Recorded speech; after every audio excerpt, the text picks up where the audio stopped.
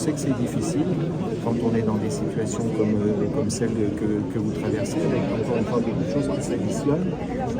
C'est aussi le rôle des pouvoirs publics à mon niveau, ici en local, puisque je ne suis pas à l'échelle de décision, vous l'aurez compris, mais de vous entendre pour pouvoir faire remonter l'ensemble de vos revendications.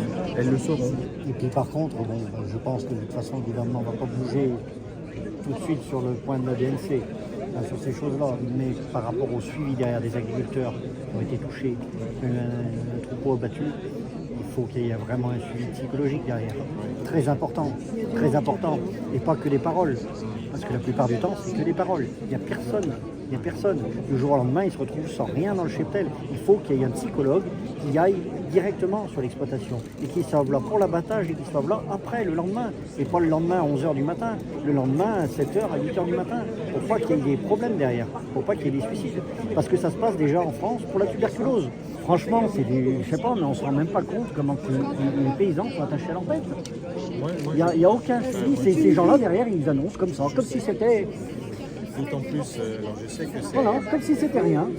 Bon, j'entends ce que vous me dites, c'est aussi une organisation à mettre en œuvre et une sensibilisation que vous livrez aujourd'hui, j'entends. La DNC, c'est la goutte d'eau qui fait déborder le vase, parce que le plus gros problème, c'est le Mercosur.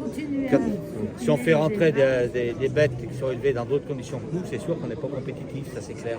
Et donc c'est quand même inadmissible de laisser rentrer des bêtes ou des produits ou des légumes, avec des produits, bien sûr, c'est les Allemands qui les fabriquent, donc forcément qui sont partisans du Mercosur, c'est eux qui fabriquent toutes les matières actives qui sont interdites.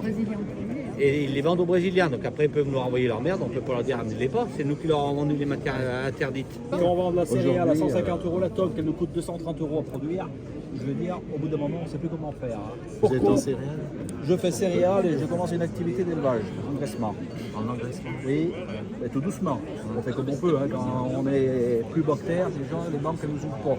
Donc on fait qu'on peut acheter 2 bêtes et on en achète 2. Quand on peut acheter 5, on en achète 5. Et quand on produit de la céréale, et bien une fois qu'on a tout payé, ça nous coûte entre 230 et 250 € chez nous. Parce que nous, on n'a pas des terrains à produire des 100 et 120 quintaux. Donc ça nous coûte minimum ça. Cette année, j'ai vendu du blé familial, 165 € une tonne. Il nous coûte 230. Qui c'est qui nous règle la différence? C'est pas la PAC qu'elle nous donne qui va nous régler la différence. Excusez-moi. On a déjà la charge matérielle. La charge matérielle qui a augmenté, elle a plus que doublé, elle a quasi triplé en 30 ans le matériel. Ça, les engrais, on n'en parle pas. Avec les taxes, ils veulent encore nous mettre des taxes début janvier là. Comment on va faire encore? 160 €.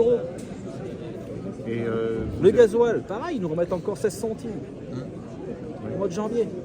C'est pas que le gasoil, c'est toutes les énergies. C'est toutes les énergies. Voilà, c'est un tout. Et le problème, quand on voit que nous, on nous règle du blé à 160 € la tonne et que ça nous coûte ça, et que les autres pays, je sais pas en Amérique du Sud, mais quand on prend les pays de l'Est et tout, qu'ils arrivent à faire du blé rendu à 120 € à Rouen, comment on fait? C'est ça le problème. vous faites que du blé? Essentiellement. Si je me permets d'intervenir, moi je suis là en qualité de chef d'entreprise, petit patron. En fait, c'est le même ras-le-bol. Je pense que la crise est beaucoup plus profonde que uniquement le problème agricole. Parce que nous, les petits patrons, on en a ras-le-bol. Vous êtes en quoi? Fonderie, affaire. Ouais. On a encore l'an dernier 30 milliards d'augmentation d'impôts. Cette année, 56 milliards. 56 milliards. En fait, on croule sous les chars. On nous fout des taxes sur les taxes. Ça devient mais insupportable. Insupportable. On est 9. On fait 1,5 million d'euros de chiffre d'affaires.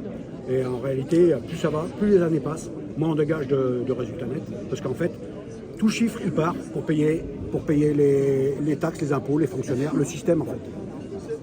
Mais c'est une dégradation totale. Totale. Vous fournissez... On travaille pour toute l'industrie. Ouais. On a 180 clients, on travaille dans toute l'industrie, dans tous les secteurs. Et je vais vous raconter une anecdote qui est incroyable. Chaque année, on fait notre bilan en septembre. Donc le bilan officiel est sorti, on a un bon bilan de 2025, paradoxalement alors que la crise est déjà là, la crise industrielle. Et on commence à rentrer les prévisionnels. Les prévisionnels, normalement, tous les ans, on rentre pendant 9 mois entre 90 000 et 110 000 € de prévisionnels, sur 148 000 € de facturation. Cette année, on est à 35 000 de prévisionnels sur 9 mois. 35 000, divisé par 3, divisé par 4. On voit plus rien. Et derrière, on va nous foutre encore des taxes. Mais je pense que là où ils se rendent plus compte dans quel état ils ont mis le pays. Ils ont ruiné le pays. Sous Macron, ils ont ruiné le pays. On s'est pris l'énergie, les matières. On se prend tout dans la gueule en fait. On se prend tout dans la gueule. Et derrière, il y a des députés, ça vote. Pour protéger leur cul, ça vote. On fout des taxes parce qu'on a endetté la France. Mais on en a ras-le-bol. On en a ras-le-bol de ça. Parce que c'est facile de faire un ça. patron, il va moins toucher que le migrant qui va rentrer. C'est facile. Mais franchement, il y a une exaspération. Moi, aujourd'hui, je suis là pour les agriculteurs, parce que j'habite Saint-Germain, des agriculteurs, il y en a partout. Je suis là pour eux, mais je suis là aussi pour les petits patrons. Parce qu'en fait, c'est toute la France qu'on a ras-le-bol. C'est toute la France. Et ce qu'on veut maintenant, c'est une coalition des mouvements. Parce on est excédé. 8 ans de Macronie, on est excédé. Ce mec-là, il nous a ruinés, totalement ruinés. Mais il a travaillé pour ceux qui l'ont mis en place, pour la haute finance. Parce que faire abattre des troupeaux, c'est intolérant. Intolérant. Voilà. Moi, ça me fout un cœur, comme d'autres, comme tout le monde. Je sais la douleur que ça représente. Voilà.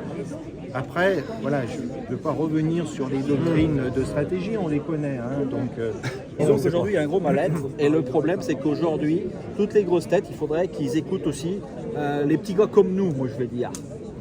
Qu'ils arrêtent d'écouter M. Rousseau, qui est soi-disant paysan, mais qu'à mon avis, je ne sais pas s'il monte 2 heures dans l'année sur un tracteur. Il faudrait qu'ils prennent une cinquantaine de gars de la France et qu'ils écoutent des gars qui sont vraiment du terre à terre, qui ont leurs problèmes et qui disent ce qui va et ce qui ne va pas. Mais ils n'écouteront jamais. Pourquoi? Ils ont voté des budgets, ils ont massacré les Français d'impôts. Par contre, est-ce qu'ils ont fait des économies? L'État, zéro économie. Il y a zéro économie partout. C'est-à-dire qu'ils continuent de vivre dans un système qui, eux, les arrange, parce que tout va bien pour eux. Par contre, ils font peser toute la pression de leur train de vie sur nous. Et à un moment, ça ne tient plus. Quand on paye beaucoup d'impôts, Ça tient plus. si on voit que les communes elles fonctionnent, que les écoles elles fonctionnent, que les hôpitaux ils fonctionnent, que tout fonctionne. Mais aujourd'hui, c'est tout qui est délabré. Ils ont tout cassé. Il n'y a plus d'hôpitaux, ça devient une catastrophe. Les EHPAD, ça devient une catastrophe, on laisse les gens dans la merde. Les écoles, c'est une décadence, on ne peut plus en finir. Les communes, on leur coupe les vivres, elles ne pourront plus rien faire. Donc comment voulez-vous que les campagnes aujourd'hui elles acceptent? Et en fait, c'est simple. La révolte, elle va Il y a une arriver, chose qui est elle va très simple. Et il y a C'est une autre que. chose aussi, pardon. Attends une seconde. C'est que toute économie fonctionne sur l'énergie. Bah oui. L'énergie, tout ce qu'on fabrique ou transforme, c'est de l'énergie transformée. À partir du moment où on a une énergie chère, on est mort. On avait l'énergie la moins chère du monde, une des moins chères au monde. Depuis que cet abruti de Kéké, là, il est allé négocier avec l'Allemagne et a indexé avec l'AREM sur l'électricité, on s'est fait plumer. Donc une énergie chère, on ne peut pas être rentable. Si on ne revient pas à une énergie pas chère, la France, elle est complètement foutue. On a déjà perdu l'industrie, cœur vital. 9% du PIB maintenant l'industrie. On ne représente plus rien l'industrie. Maintenant, s'ils foutent en l'air l'agriculture, ce pays, il est mort. Il est complètement mort.